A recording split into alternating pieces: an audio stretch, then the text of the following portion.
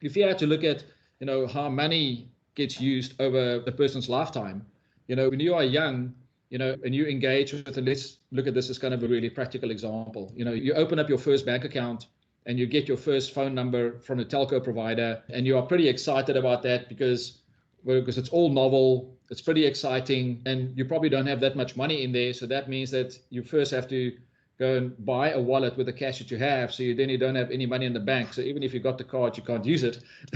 but that means that your whole, basically the way that you perceive that whole experience that was designed by the company really needs to understand that life situation. So it needs to understand, why and how and when you would enjoy what you see and what will be exciting to you. So if you are a kid and you get given this, for those who have looked at their wallets lately, or you still got a plastic credit card in there, and imagine giving a plastic credit card with a single color, even if it's black or it's gold, whatever might be important to you, to a kid, they're going to look at it and go, well, that's not exciting at all. It means nothing to me, because my point in my life where I fit, I want to see maybe something like a Disney character on there. I want to see a skateboarder. And by the way, I'll only be interested in this topic for the next year, because next year I'm interested in something else.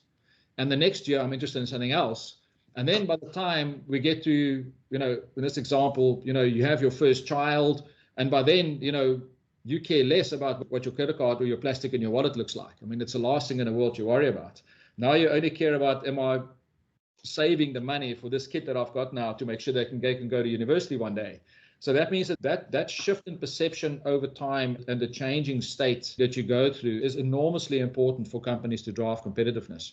And we have just found that if you understand that and you make, really a concerted effort to truly figure out what these various stages are that people go through, and then map the different styles of learnings on top of that you've gained through time, you have a much better chance of understanding how time will influence people.